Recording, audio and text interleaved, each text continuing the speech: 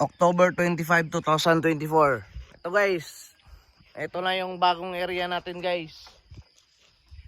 So, ito na. Yung maliit pa yung area natin dati guys, tapos bahaan pa. Ito na, malaki na.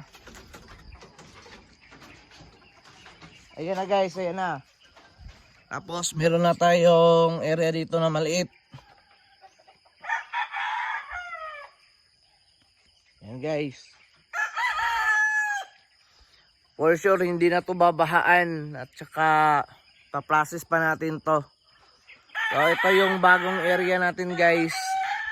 Nagsimula tayo noon sa backyard sa Davao. Pagkatapos doon na naman sa maliit na area dito sa Kiblawan. Ngayon meron na talaga tayong area. So hinay-hinay lang guys, tapos gawa naman tayo ng bagong project. Gawa tayo ng internet cafe.